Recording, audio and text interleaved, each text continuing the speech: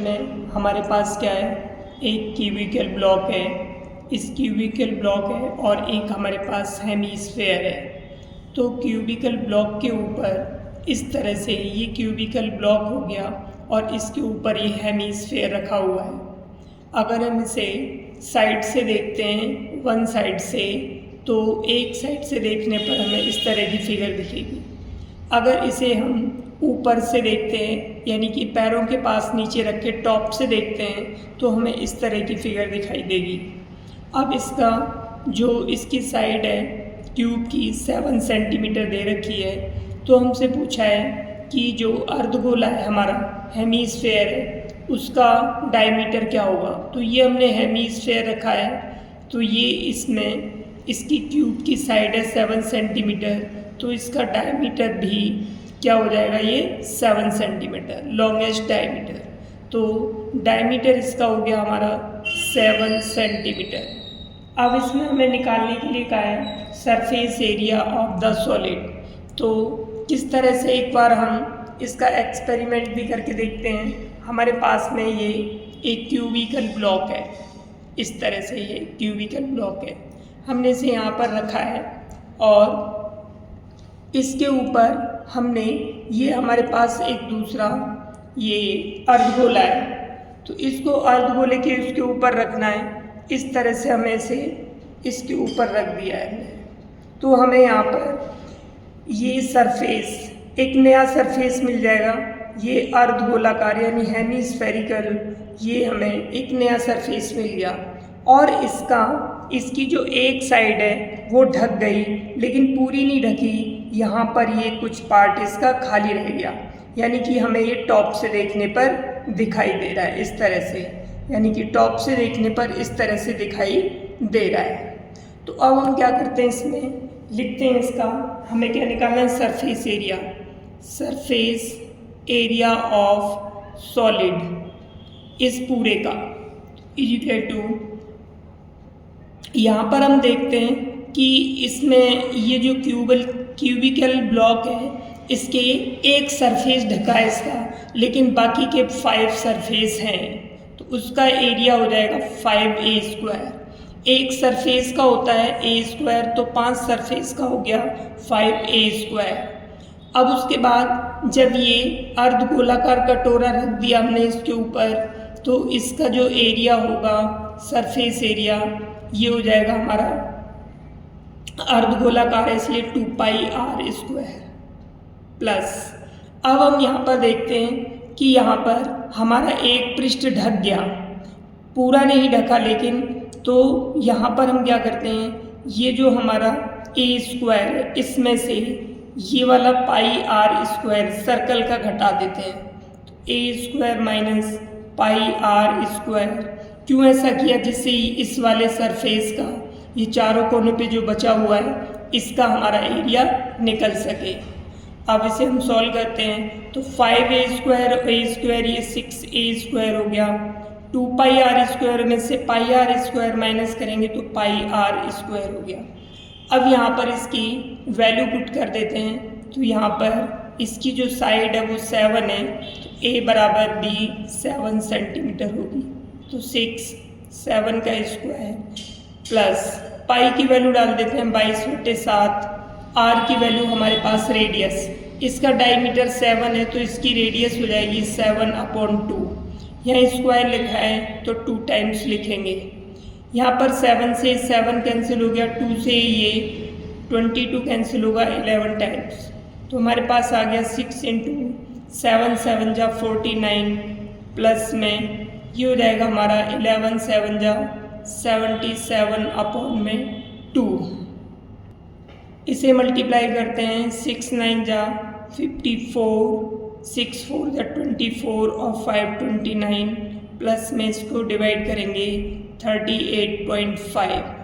इन दोनों को हम जोड़ देते हैं, तो इनको जोड़ने के बाद में हमारे पास में आएगा 332.5 सेंटीमीटर स्क्वायर। ये इसका सरफेस एरिया आ जाएगा, यानी कि जो सॉलिड बना है हमारा, जिस पर कि हेमीस्फेयर रखा हुआ है, तो उसका जो total surface area 332.5 centimetre square आ जाएगा। अब हमारा पांचवा क्वेश्चन है। इस पांचवें क्वेश्चन में क्यूबिकल ब्लॉक है, उसी तरह का जैसे चौथे क्वेश्चन में था। तो उसमें क्या किया था हमने, चौथे क्वेश्चन में इसके ऊपर हमने अर्धगोला रखा था, हेमिस्फेयर। लेकिन यहाँ पर क्या करना है, इसमें अंदर की तरफ से इसे काटना है, यहाँ से अंदर की तरफ से। तो ये अंदर की तरफ से एक नया पृष्ठ बन जाएगा हेमिस्फेयर का, और ये ऊपर से देखने पर हमें इस तरह से शो करेगा जैसे कि पहले में किया था। इस तरह से ये यहाँ पर ये हमें गड्ढा दिखाई देगा इस तरह से हेमिस्फेरिकल। अब हम क्या करते हैं इसमें, तो इसमें भी उसी तरह से करेंगे। Surface area of remaining solid,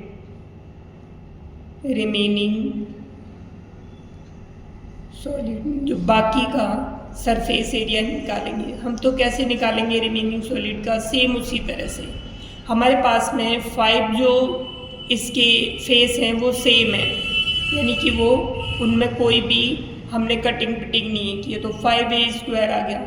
और जब हमने इसको नया सरफेस बना दिया तो यहाँ पर एक नया सरफेस बन गया हेमिस्फेयर, तो उसका एरिया होगा 2πr² प्लस। अब उसी तरह से हमारे पास में ये वाला जो है कट गया हिस्सा, जो कटा है लेकिन इसके बाद ये बच गया, ये वाला हिस्सा बच गया, तो a² माइनस में इसका घटा देंगे सर्कल का πr², सेम उसी तरह से। तो यहाँ पर भी वही बन जाएगा 6a² प्लस 2πr² में से π² माइनस करेंगे तो πr²। अब इसे यहाँ पर जो हमें इसकी जो डायमीटर है वो l दे रखा है, ये क्या दे रखा है l, तो यहाँ पर हम 6l² डाल देंगे। पाई की वैल्यू पाई रहने देते हैं इसमें, r की वैल्यू हम यहाँ पर हो जाएगी हमारी, ये पूरी l है तो रेडियस हो जाएगी l/2 का स्क्वायर। इस तरह से आ गया हमारे पास, तो 6l² प्लस πl² अपॉन में 4। अब हम यहाँ पे क्या करते हैं, 4 इसका एलसीएम ले लेते हैं, तो हो जाएगा 24l² प्लस πl²। यहाँ से हम क्या कॉमन ले सकते हैं, l², और ये बटे में 4 हमारा है ही, तो हमारा l² कॉमन लेने पर यहाँ 24 प्लस में π² यूनिट्स, हमें यूनिट्स देनी है इसलिए हम स्क्वायर यूनिट्स लिखेंगे।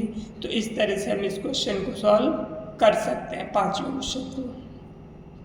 अब इस क्वेश्चन नंबर 6 में क्या है हमारा, ये एक दवा का कैप्सूल है और इस कैप्सूल का ये पार्ट हमारा सिलेंड्रिकल है और उस पर ये अर्धगोला पार्ट 2 जुड़े हुए हैं, ये हेमिस्फेरिकल पार्ट इस पर जुड़े हुए हैं।